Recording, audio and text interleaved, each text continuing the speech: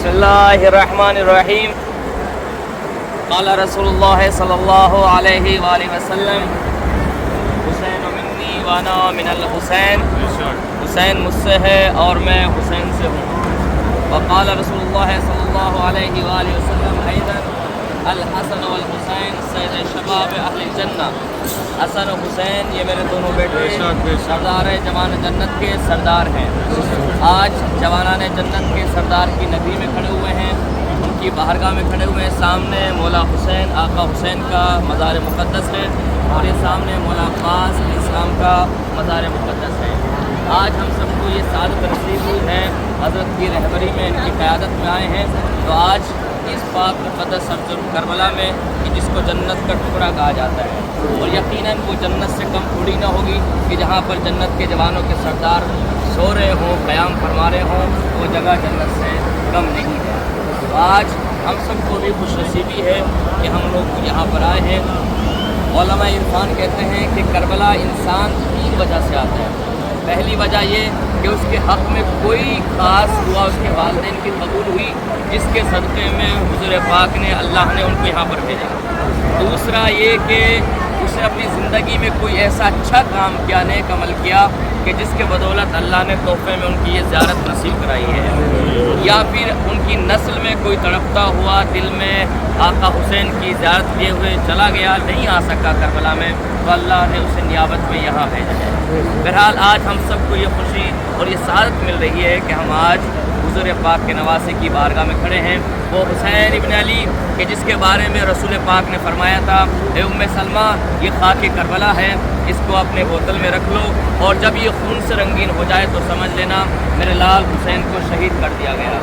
تو شام کی فوجیں، کوفے کی فوجوں، لاکھوں افراد یہاں پر حسین کو مارنے کے لیے اکٹھا ہوئے تھے۔ یہ پورا میدان کربلا تھا۔ سن 61 ہجری کربلا کو آپ دیکھیں، اس وقت ہم سینٹر میں کھڑے ہوئے ہیں۔ اصل قتل گاہ جتنے بھی شہید ہوئے امام حسین کے اصحاب و انصار اکثر اسی جگہ پہ زخموں سے چور ہو کر زمین پر گرے ہیں، ٹھیک ہے۔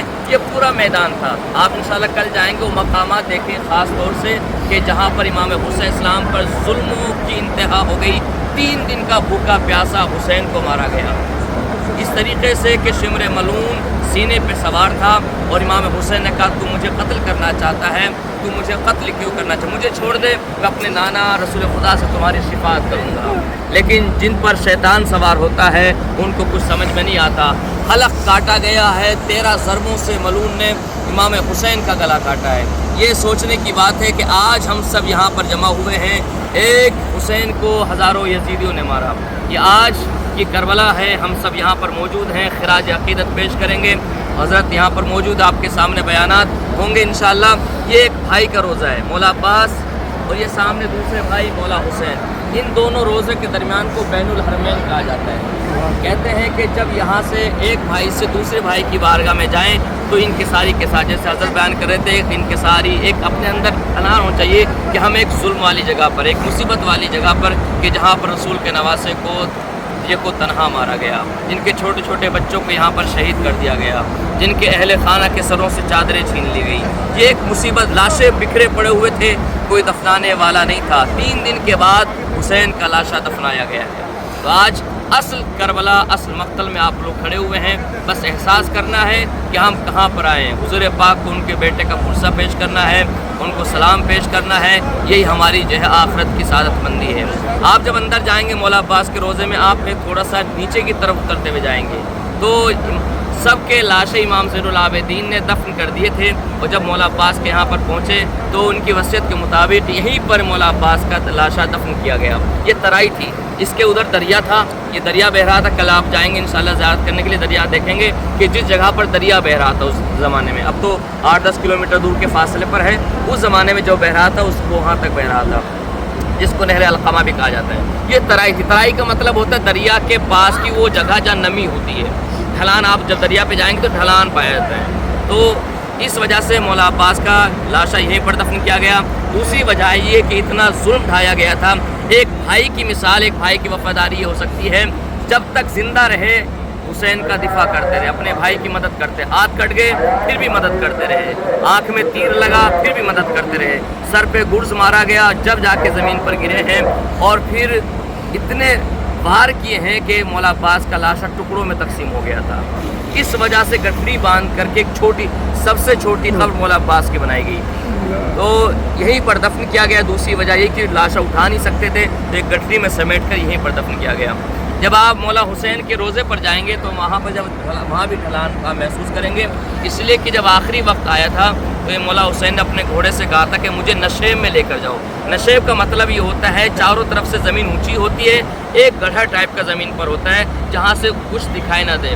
اس کی وجہ یہ تھی جناب زینب اپنے بھائی سے بڑا پیار کرتی تھی اور وہ چاہتے تھے کہ میری بہن مجھے ذبح ہوتے ہوئے نہ دیکھے، کہ وہ برداشت نہیں کر پائے گی، اس لیے کہ جب شادی ہوئی تھی تو یہ کہا تھا عبداللہ میں اس وقت تم سے شادی کروں گی جب تم مجھے میرے بھائی سے ملنے سے منع نہیں کرو گے، اس لیے کہ اگر میں روزانہ حسین کی زیارت نہ کروں، حسین سے ملاقات نہ کروں تو مجھے سکون نہیں ملتا۔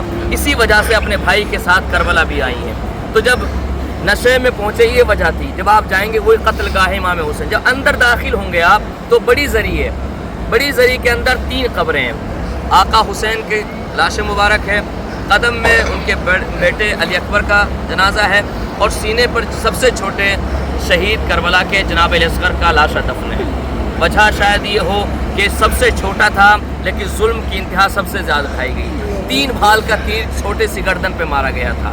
یہ کربلا کی تاریخ ہے جو رہتی قیامت تک رہے گی۔ اور جب لاشوں پر گھوڑے دوڑائے گئے تھے تو یہ بھی سب سے، ہر مذہب میں جنازے کا احترام کیا جاتا ہے، لیکن کربلا میں ظلم کی انتہا ہو گئی، حسین نواسے رسول پر گھوڑے دوڑائے گئے اور چھوٹی سی لاش کو آقا امام زین العابدین نے ان کے سینے پہ دفن کیا۔